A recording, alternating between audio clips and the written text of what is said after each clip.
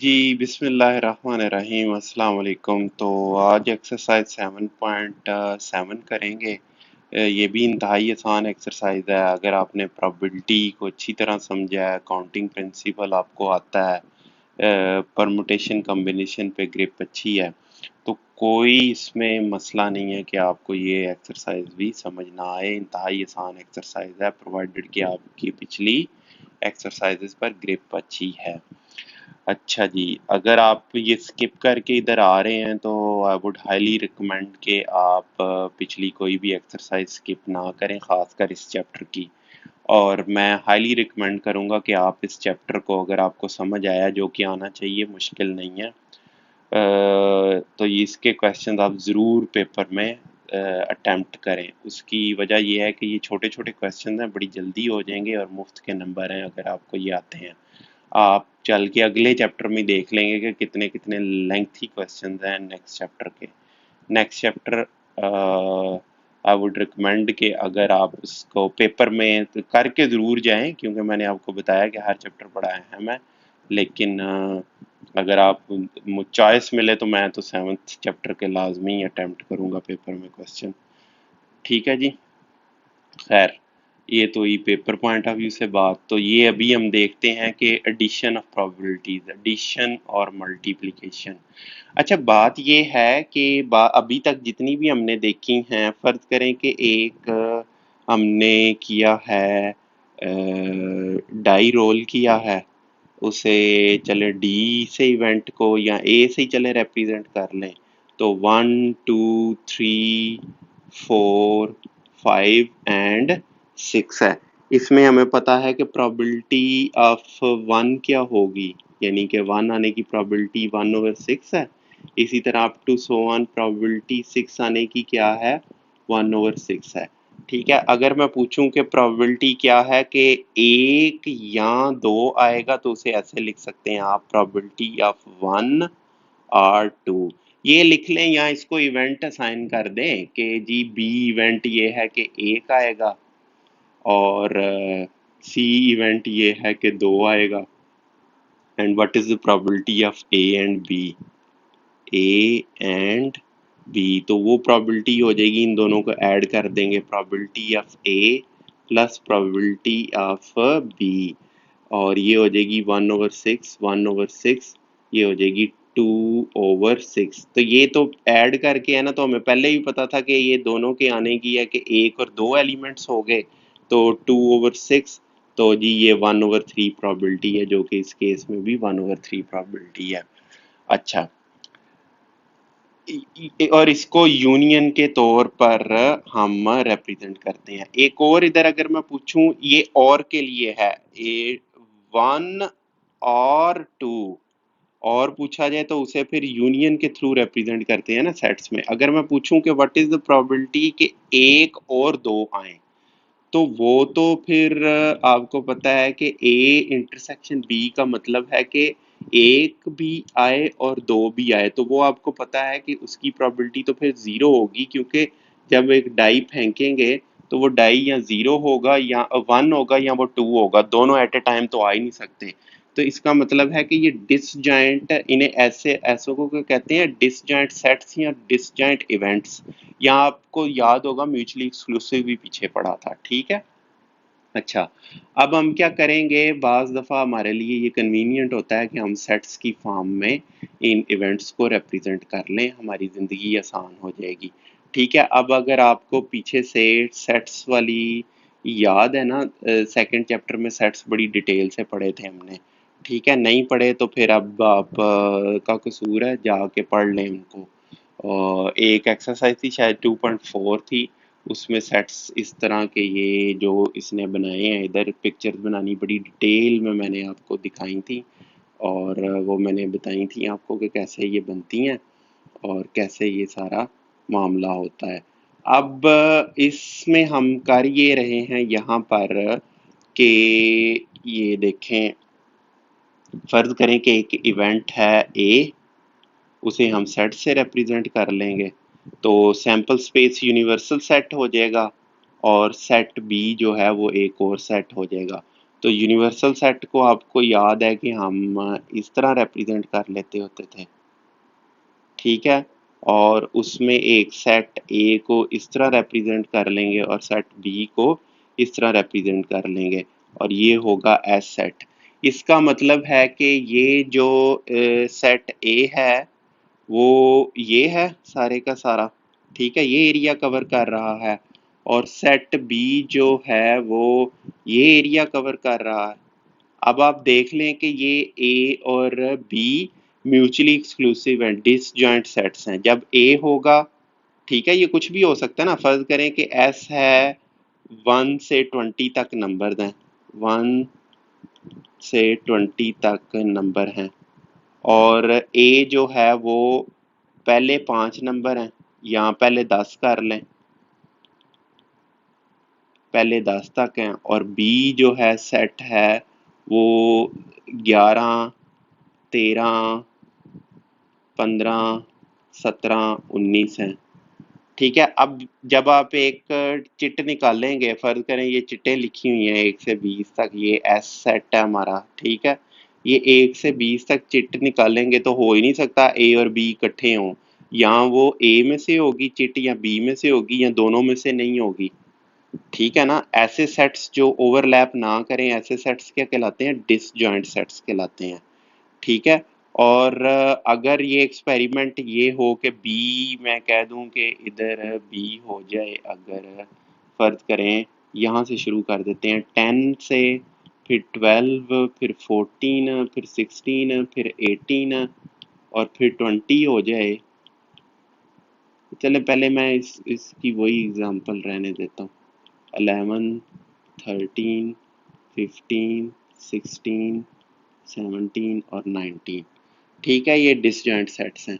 तो इस केस में जब ये ओवरलैप करेंगे आपस में तो फिर इनको कैसे बनाया जाएगा, ये सेट एस है 1, 2, 3 अप टू सो ऑन 20, और ये सेट ए जो है वो है 1, 2, 3 अप टू सो ऑन 10 तक जाता है, और ये ओवरलैप होके ये बी सेट है, बी सेट क्या है 10, 12, 14, 16, 18 और 20।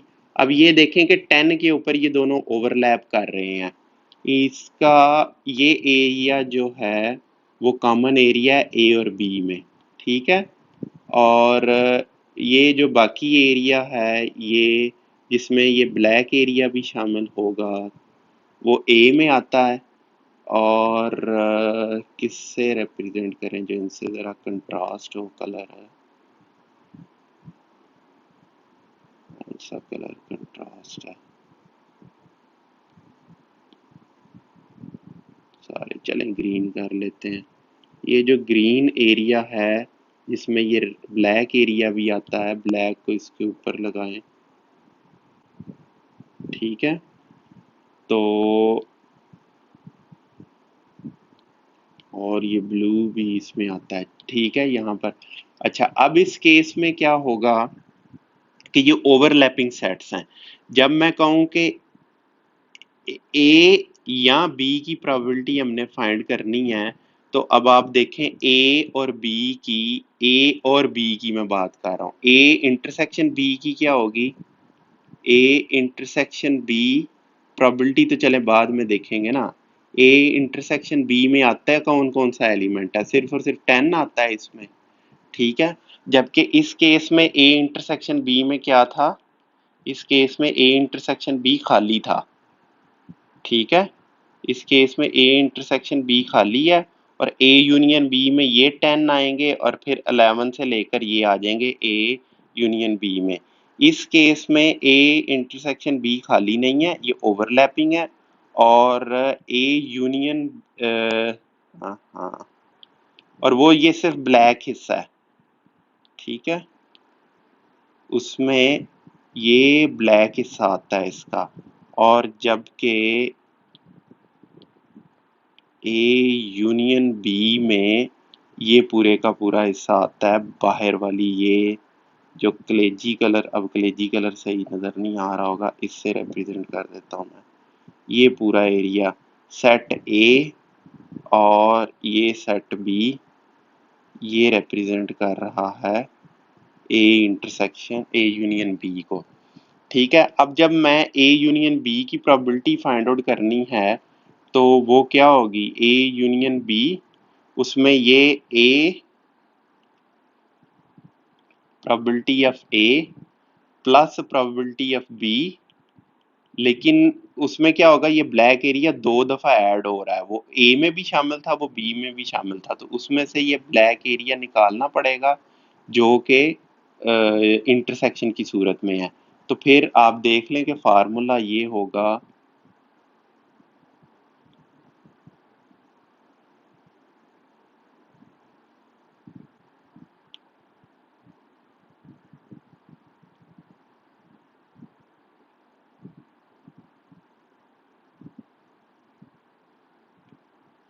ये लें, ये फार्मूला होगा जी। ठीक है, और यही वो सारा कुछ इधर बता रहा है, वही अब हमने पढ़ना है, वो मैं आपको बता देता हूँ। ये अगर आपको ये नई कंसेप्ट क्लियर, तो जाके डिटेल से वो पढ़ लें, बड़ी डिटेल से हमने इस तरह की पिक्चर्स बनाई थी उन क्वेश्चंस में। ठीक है, अच्छा जी, अब वो कह रहा है we have learned in chapter 1 that if A and B are two sets then the shaded parts in the following diagram represent A union B. ठीक है, ये ए और बी डिसजॉइंट है ना, ओवरलैप नहीं कर रहे, तो ए यूनियन बी का क्या मतलब होगा, ए का सारा एरिया और बी का सारा एरिया। अब सब्ट्रैक्ट करें या ना करें उससे फर्क नहीं पड़ता, क्योंकि ए इंटरसेक्शन बी जीरो है, उसमें कुछ भी नहीं आ रहा। इस केस में ए इंटरसेक्शन बी जो है वो ये एरिया है, ये सारा। ठीक है, और ये एरिया बी में भी शामिल है, ए में भी शामिल है। जब आप इनको ऐड करेंगे ए यूनियन बी में, ए यूनियन बी में वो ये एरिया दो दफा आ जाएगा, इसलिए इस एरिया को सब्ट्रैक्ट करना पड़ेगा ए यूनियन बी का एरिया फाइंड आउट करने के लिए। ठीक है, वो कैसे होगा, ये एरिया ए इंटरसेक्शन बी है, ये है ए इंटरसेक्शन बी। ठीक है जी, चलें, और ये इसने इधर गलत लिखा हुआ है भाईजान, ये होना चाहिए B is subset of A। ठीक है, A सबसेट नहीं है B का, B सबसेट है A का। ठीक है ना, A पूरा बड़ा है ना B से, B पूरे का पूरा उसके अंदर है, तो B सबसेट है उसका। The above diagram helps us in understanding the formulas about the sum of two probabilities. We know that P is the probability of occurrence of event E. If A and B are two events, then PA is the probability of occurrence of A. तो वो ये area show करेगा। इसमें जो elements हैं, number of elements C है divided by number of elements in S।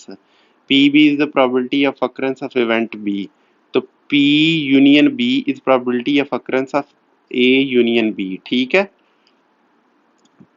इसका मतलब है ए या बी, ए या बी, ए और बी, वो P union B, A and B को ए इंटरसेक्शन बी से रिप्रेजेंट करेंगे। The probability of occurrence of A union B, the formula for addition of probabilities are P union B is P A plus P B when A and B are disjoint. तो ये जब disjoint होंगे तो A union A intersection B zero होगा, तो फिर यही प्रोबेबिलिटी हो जाएगी। यहाँ पर A union B is P A plus P B minus P A intersection B when A and B are overlapping. अब इसने ठीक लिखा है B is subset of A. Let us now learn the application of these formulas in solving the problems involving addition of two.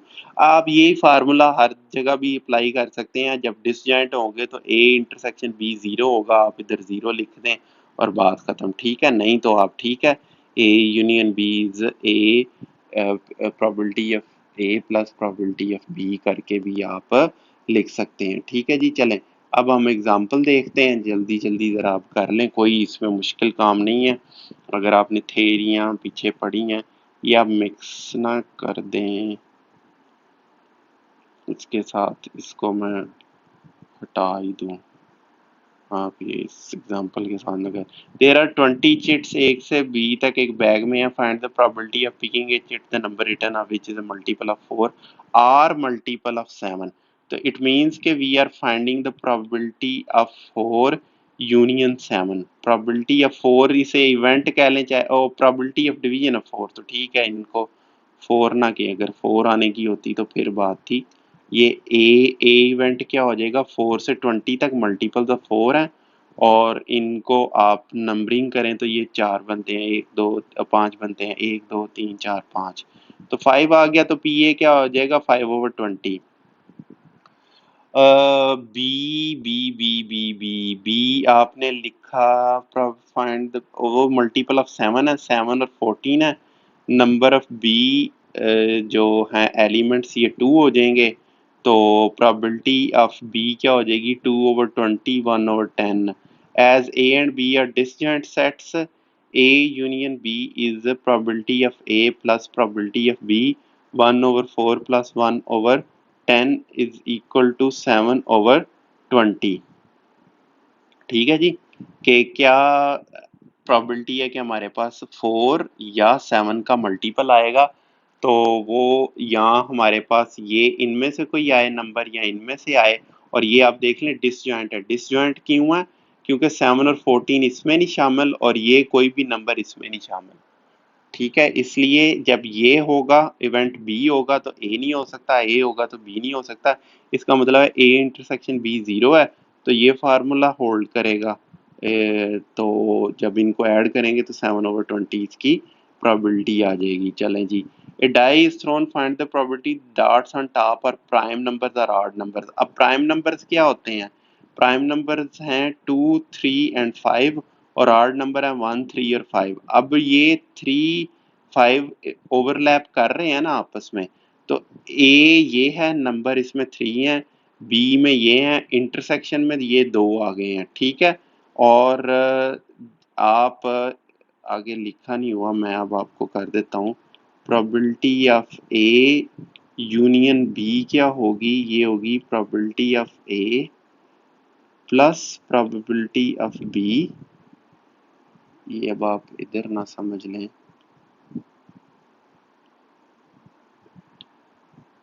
ये है इसका formula.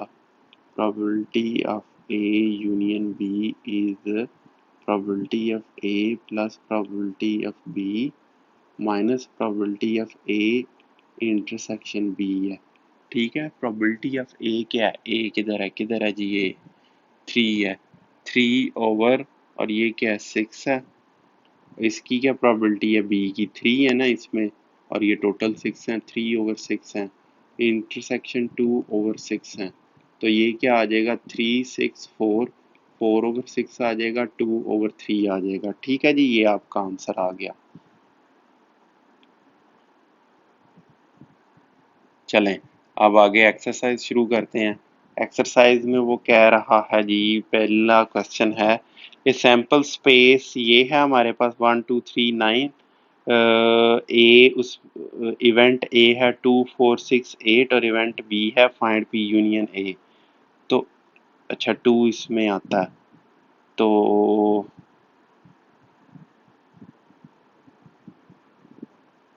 हाँ ये गलती की है उसने, ये 1 to 9 तक है, ये डॉट्स हैं सैंपल स्पेस, गलती नहीं, प्रिंटिंग है 3 अप टू सो ऑन 9। मैं भी कंफ्यूज हो रहा हूँ, क्योंकि सैंपल स्पेस में जो भी इवेंट है उसके सारे के सारे एलिमेंट्स आने चाहिए। तो मैं कह रहा था कि ये इसके तो इवेंट्स ए के तो वो पूरे ही नहीं है उसमें। तो अच्छा जी, सैंपल है ये 1 2 3 9 तक, ए ये है, बी ये है, इसके काउंट किए 3, इसके हुए 4, तो probability of A is 4/9, probability of B is 3/9। और क्या कह रहा है, फाइंड ए यूनियन बी। तो हम देखेंगे 1 3 5, तो ये तो डिसजॉइंट है, तो जस्ट ऐड कर देंगे इनको आपस में, इनकी प्रोबेबिलिटी ऐड हो जाएगी आपस में।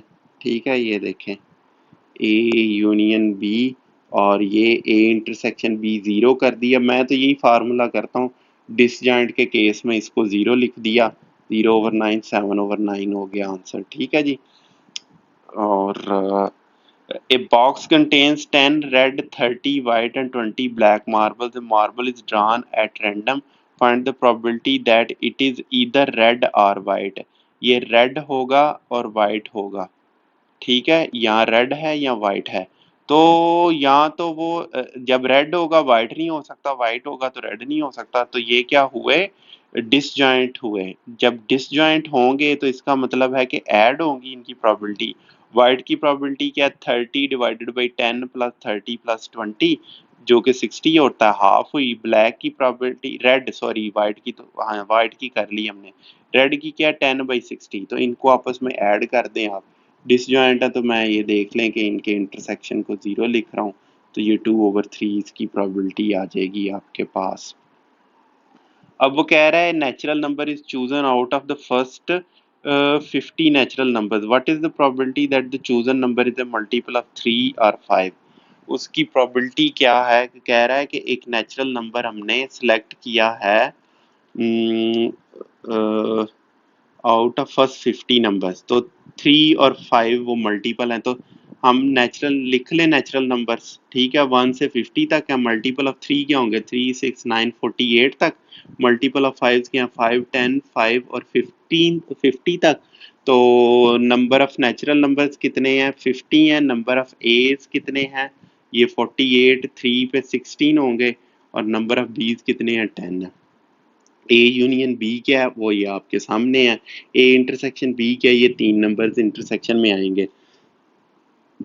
तो probability of A union B क्या होगी, probability of A probability of B minus P A union B, क्योंकि ये 2 दफ़ा ऐड हो रहे हैं ना, इसमें भी मौजूद है, ए में भी और बी में भी मौजूद है, तो फिर ये सब्ट्रैक्ट करनी पड़ेगी। तो इंतहाई आसान, 16/50 10/50 माइनस 3/50 23/50 आंसर आ जाएगा आपके पास, ठीक है जी। अब वो कह रहा है a card is drawn from a deck of 52 playing cards, what is the probability that it is a diamond card और an ace card. Diamond card और एन एस कार्ड, ये वही कार्ड है, ताश के पत्ते हैं, उसमें पता है आपको 52 होते हैं, और उसमें आपको पता है कि 4 होते हैं ना, 4 कैटेगरीज में डिवाइड होते हैं। एक वो दिल होता है, ड्राइंग मेरी ये पूरी पूरी है बस, तो माफ़ी अगर सही ना मैं बना सकूं। एक वो इस तरह ईंट कहते हैं शायद इसको, एक वो चिड़िया टाइप होती है शायद, वो इस तरह की पता नहीं कैसे बनी होती है, और एक ईंट चिड़िया और एक पान का पत्ता होता है शायद, अ, वो इसी तरह दिल की तरह ही होता है।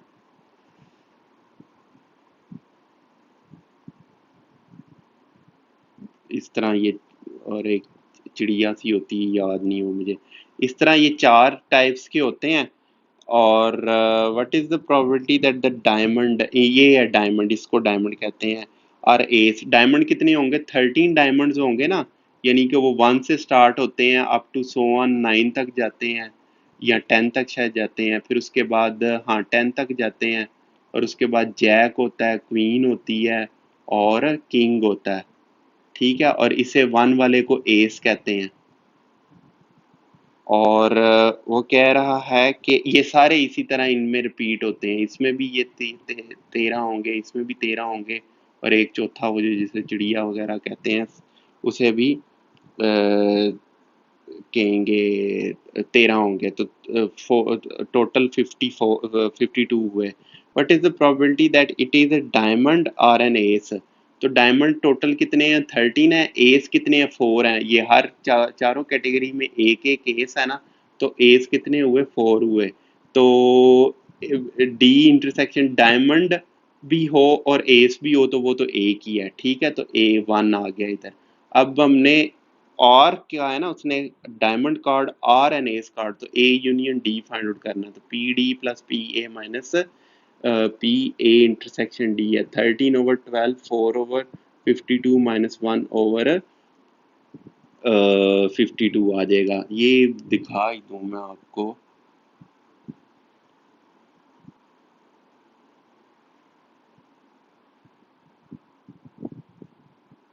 ये देख लें, हाँ ये है चिड़िया जिसे कहते हैं,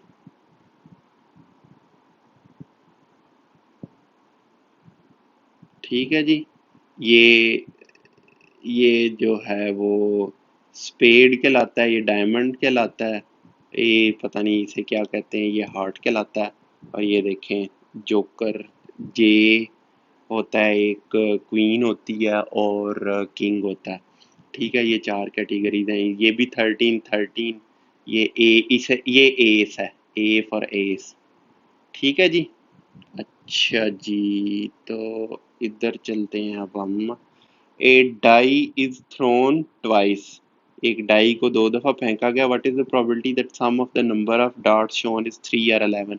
तो ये पहले हम देख चुके हैं कि जब दो दफा फेंका जाए तो 36 पॉसिबिलिटीज हैं। थ्री कब आएगा, जब 1 और 2 या 2 और 1 आए, और 11 कब आएगा, जब 5 और 6 और 6 और 5 आए। अब ये 3 और 11 की प्रोबेबिलिटी वो पूछ रहा है, तो ये दोनों डिसजॉइंट्स हैं। जब 3 आएगा सम तो 11 नहीं आएगा, जब 11 आएगा तो वो 3 नहीं आएगा, तो 2/36 प्लस 2/36 1/9 प्रोबेबिलिटी आ गई इधर हमारे पास। अब वो पूछ रहा है जी, two dice are thrown, what is the probability that sum of the number of dots appearing on them is 4 or 6। 4 और 6 की बिल्कुल ऊपर वाले की तरह होगा। ये 3 क्यों कर दिया, हाँ एन ए 3 के इक्वल है। एन ए 3 सम नहीं है, वो नंबर है वो जो 3 हमें देंगे। सम इज 4, ए से रिप्रेजेंट किया सम को, तो पहली दफा जब फेंका तो 1 3 या 2 2 या 3 1 आ जाएगा। तो उसका नतीजा ये होगा कि ये हमारे पास 1 5 2 4 3 3 4 2 और 5 1 आ जाएंगे हमारे पास। ठीक है जी। ये जब सारे होंगे तो तब सम हमारे पास 6 आएगा। तो प्रोबेबिलिटी ऑफ ए क्या होगी, 3/36। 1/12 है। प्रोबेबिलिटी ऑफ बी क्या, 5/36। ए इंटरसेक्शन बी, जब 4 होगा सम तो 6 नहीं होगा, 6 होगा तो 4 नहीं होगा। डिसजॉइंट इवेंट्स हुए तो बस इनको ऐड किया, 8/36 तो 2/9 आ जाएगा आंसर। ठीक है जी। अब क्वेश्चन 7 में वो कह रहा है two dice are thrown simultaneously if A is the event that sum of the number of dots shown is odd number and the B is that the number of dots shown on at least die is 3, find odd है और एक उनमें से 3 है। If A is the event, the sum of the number of dots is an odd number, and B is the event that number of dots shown on at least one die is 3, find A union B। अब थोड़ा सा ये देखें कि सम जो है वो odd है, तो एन ए क्या हो जाएगा, 18 हो जाएगा। ये अब कैसे मैंने फाइंड आउट किया है, ये अब आप या तो लिख के फाइंड आउट कर लें, आई वुड रिकमेंड कि आप इसको लिख लें इसको। ठीक है, इधर मैं बड़ा सा स्टेरिक लिख दूं।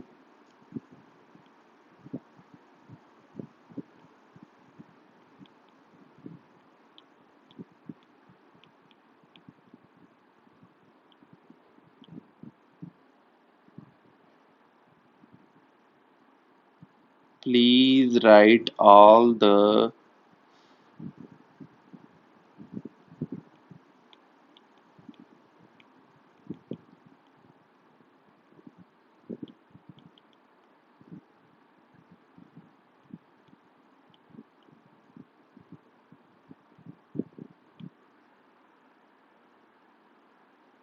ठीक है, ये बनेंगे, आप स्टार्ट हो जाएं।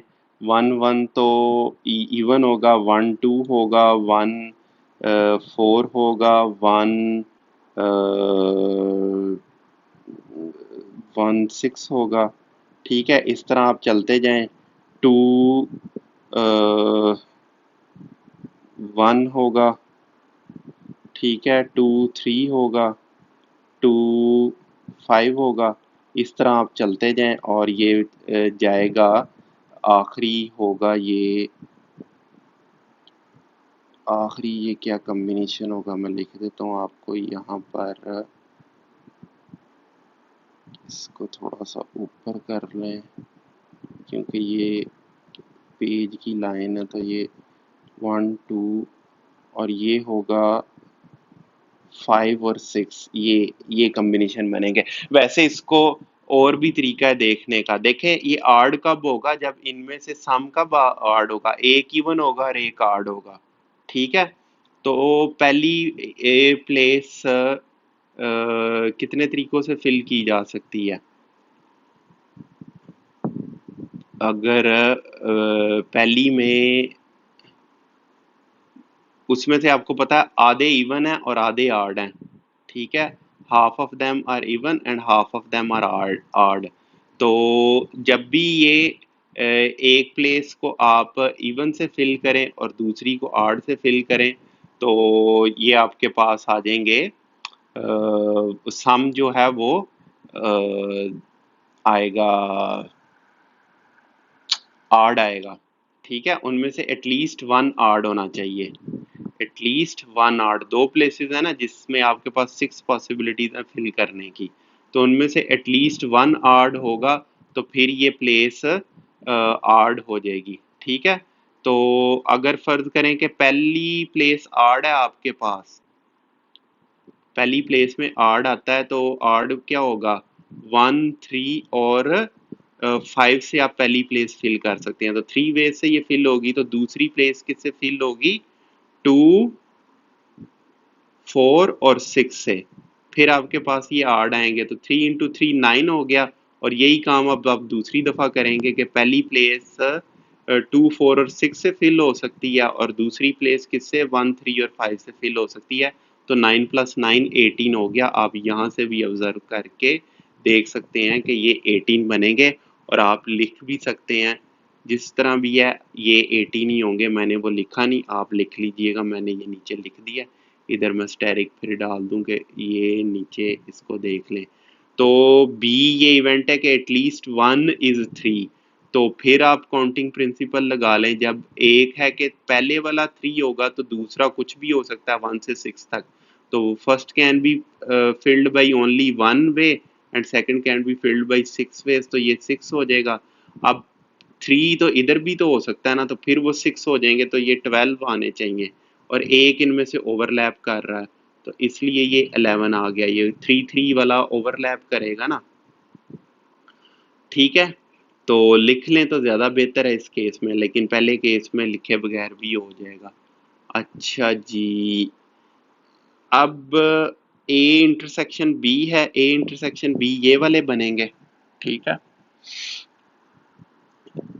और ए इंटरसेक्शन बी 6 हुए, ए यूनियन बी कितना हुआ, 18 over 6 36। A probability of B क्या हुई, 11 ओवर 36, और ए इंटरसेक्शन बी को सब्ट्रैक्ट कर दिया तो ये 6 ओवर 36 आए, तो ये 23 ओवर 36 है। ये वाले क्वेश्चन को मैं रिकमेंड करूंगा कि आप पूरी तरह लिख के अच्छी तरह समझ के करें, उसके बगैर मुश्किल हो सकती है आपको। ठीक है, काउंटिंग प्रिंसिपल इधर मत अप्लाई कीजिएगा, थोड़ा प्रॉब्लम हो जाएगी। या तो आप इसको अच्छी तरह समझ के पहले एक दफ़ा करके लिख के कर लें, फिर बाद में अगर आप करना चाहें इसको, आपको बैक में आपके ये जहन में सारा ये प्रोसीजर हो, तो फिर काउंटिंग प्रिंसिपल लगा के लिख के आप लिख सकते हैं कि ये इतने बनते हैं, ये इतने बनते हैं। अच्छा जी, अब आखिरी क्वेश्चन है इस एक्सरसाइज का। There are 10 girls and 20 boys in a class, half of the boys and half of the girls have blue eyes. आधे लड़के यानी कि लड़कियां, 5 लड़कियों की और 10 लड़कों की ब्लू आईज हैं। Find the probability that one student is chosen as monitor is either a girl or has blue eyes. जो मॉनिटर हमने चूज किया है वो प्रोबेबिलिटी हमने फाइंड आउट करनी है, या तो वो गर्ल है या उसकी नीली आंखें हैं। अब हम देखें कि 10 गर्ल्स हैं, प्रोबेबिलिटी जी 10 हो गया। ठीक है, जी के है कि गर्ल सेलेक्ट हुई, 10 हो गया। नंबर ऑफ ब्लू आइज, ये बी बॉयज नहीं है, ये आपने याद रखना है, ये नंबर ऑफ ब्लू आइज हैं। तो ब्लू आइज स्टूडेंट्स कितने हैं, 15 हैं। तो ए इंटरसेक्शन बी क्या होगा, या गर्ल होगी या उसकी ब्लू आइज होंगी, तो ये 5 हैं। कितनी लड़कियों की ब्लू आइज हैं, 5 लड़कियों की। ठीक है, ये आपने जरा अच्छी तरह ये इवेंट देखना है। तो प्रोबेबिलिटी के वो गर्ल होगी या ब्लू आइज होंगी, ये बॉयज नहीं है, ये फिर मैं बता दूं ये बी का मतलब ब्लू आइज हैं। ये बस इसमें गौर से आपने देखना है, नहीं तो गलत कर बैठेंगे आप question. Probability that the student chosen is either girl और or it has blue eyes, तो वो प्रोबेबिलिटी है P G plus P B minus P G intersection B. तो वो हमने देखा है कि गर्ल्स 10 है, 10/30, बॉयज 15 है, 15/30, और न सो फिर वे देखा मैं गलती कर गया, ब्लू आइज वाले स्टूडेंट्स कितने हैं, 15 है, 15/30, और सब्ट्रैक्ट करेंगे गर्ल्स एंड ब्लू आइज, वो गर्ल्स जिनकी ब्लू आइज हैं वो 5 हैं, -5/30, और ये 2/3 आंसर आ जाएगा। ये आपका आंसर है। चलें जी, एक्सरसाइज खत्म हुई, इजाज़त दीजिएगा, अपना ख्याल रखिएगा, दुआओं में याद रखिएगा। अस्सलाम वालेकुम।